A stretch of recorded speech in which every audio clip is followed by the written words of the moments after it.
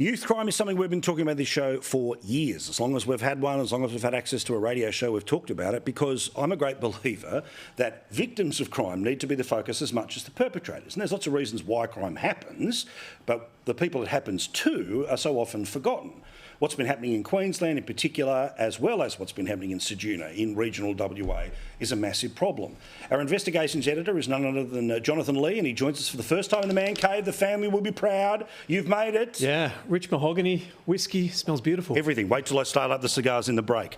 Now, youth crime, I mean, you've seen it, observed it, but in going around and doing this and putting this special together, which is going to air on Sunday night, just before us at 8:30 Eastern, 7:30 Eastern in Queensland, tell us what you were able to see with your own eyes. As you would know, there is enormous frustration out there, and victims who feel that they're not being listened to, and everyday Queenslanders, Australians, who feel that the system has got out of control now and that things are turning dangerous, are turning deadly. There is a conversation, politicians might not agree to this, but there is certainly a conversation many people are having about where do you put the car keys. And as a criminologist said to me, we used to know that crims would come through the day when mum and dad weren't home, the kids weren't there. They would go in, they might knock off a bit of food, some jewellery, some cash. They were successful, they would leave. He said, now we know that they wait until you are home. Think about that. When you are vulnerable, when you're asleep, when the kids are in their bed, they know that you are there with your car. They might not even want to on-sell that car, but they are picking vehicles which they wouldn't be able to afford to take to hoon, to drive around, to smash and grab, to do whatever they can think of, because there is a sense of impunity that they will get away with it. One gentleman showed us pictures. He was asleep with his family. It was a Friday night. They'd gone to bed early. He was exhausted, small business owner. A bit after 11 o'clock, a couple of juveniles turned up. They weren't wearing shoes, not because they were poor, but because they know that if they walk around with bare feet when they get in your house, you can't hear them. Wow. And this is the thing where, when we were in Toowoomba, people were saying things like, houses that have been broken into multiple times, people are wearing Guy Fawkes masks, right? So they know what they're doing. Yep. And it's not just because people have more cameras, but because people have more cameras, we're able to see a lot more raw footage, which I have no doubt is going to be part of the documentary. But the stats back it up too, that this is a huge spike. Yeah. It is more violent, as you know. The number one issue, the number one thing that a youth offender is most likely to do in Queensland is to commit a violent crime. Yeah. Those numbers are up. Knife crime's up 25%. None of this is made up. None of this is News Corp fever dreams. These are real things that are happening. And it's the violence that comes with it that I think has pushed people to that next level, don't you think? Let's have a listen to what some of those who we spoke to had to say. The first one is a lady called Ayla. They bought a brand new Hilux. They'd waited a long time. To get another one, you've got to wait a year. She woke up in the middle of the night. She heard a swoosh of a door. She thought it was her 3-year-old daughter. She investigated. The daughter was asleep. She went back to bed. The person was in the house. Oh, have a look at this.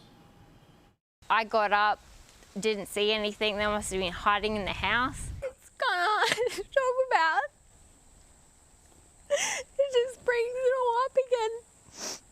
Now I can't really get to sleep at night because I'm too scared to close my eyes. There's a CCTV camera right there, a high definition camera. They murdered my son here. He died, 300 metres away from a hospital. And then we saw on the news that a young couple had been killed, walking their dogs, and as soon as I heard that, we had a fair idea. I knew it was them. Part of the frustration here is people are waiting on the police data which isn't released. The government likes to sit on it because when it's bad, you're better off talking about the Olympics and state of origin, aren't you? So what some of the people said to us about what they would like to see. Stronger concurrent sentences. Now, often when people get sentenced, they might get 60% of the lead sentence. So they might get 6 years for killing someone. But bear in mind, they've often committed half a dozen other offences. Often they're forgotten about. So instead of just the 60% for the one crime, why not 60% for all of the crimes, for the totality? So you start to see something real. Detention as a last resort, which is something the Queensland opposition would like to see removed, which means stop the magistrates only sentencing people to custodial sentences when they have to, when they simply can't do anything else. Minimum sentences. Now, this might seem obvious for some people, but if you're going to steal a car and you're going to kill someone, you get a guaranteed 8 years, 10 years. You go into a house with a knife, you get a guaranteed 12 months.